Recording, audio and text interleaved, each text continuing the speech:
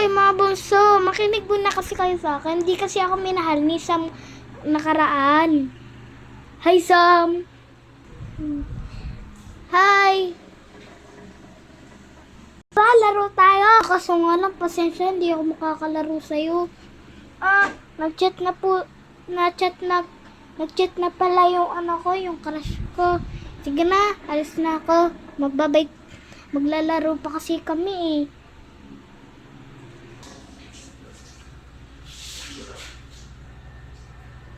Ganon, hindi ko na alam na sinabi. Pero, kailangan natin siya pigilan. Pero kasi yung crush niya, mas malaki pa sa akin. Kaya hindi ko kaya siyang tagilan kasi malakas daw siya manuntok eh. Gagawin namin. Wala naman kaming paraan para mapapalik sa yun eh. Kasi yung dati, sobrang dati, bata pa tayo. Love niya ako. Kaso nga lang na yun, mga grade 3 na tayo. Hindi niya na ako love. Ang gusto ko kasi magyari, mapabalik siya sa akin sa may heart ko. Hello po. Oy, hello! Anong gagawin mo sa akin? Ano ba ng bagong crush? Maganda pa? Sige. Ito po siya, si Ayla. Sige, crush mo na ako. Nakabitara mo rin. Kala mo rin ha? Di mo rin nabibidyoin mo rin yung ano mo ha? Tunapis mo na yun. Hoy Sam, panoodin mo to. Patingin mo kang maganda to ah. Yung crush, sige crush na tayo. Hindi pwede to.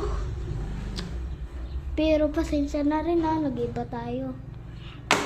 Mag-alala, naging ayos na rin ako. Hoy, ikaw, wala ka ng karapatan. Patigil na sa'yo at palayo na to sa'yo. Ginawa mo sa akin pangloloko ha? Mabad trip ka na yun ah. Nakita ko, may agang babae. Lah, hindi. Wala ka na rin karapatan para tumakas.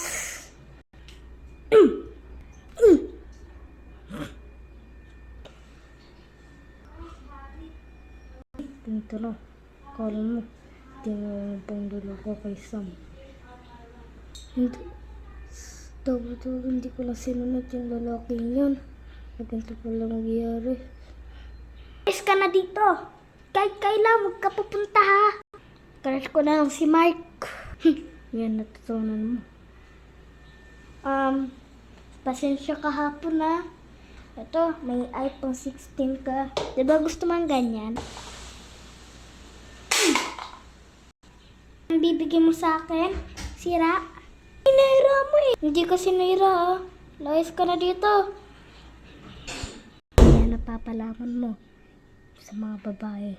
At yan, nang ginawa mo sa'yo. At ikaw ang